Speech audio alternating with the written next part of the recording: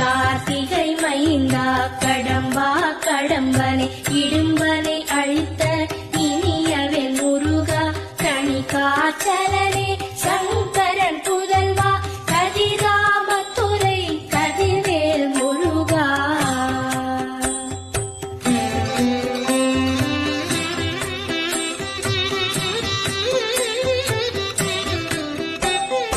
பழனிபதி வாழ் பாலகுமாரா ஆவினல் குடிவாழ்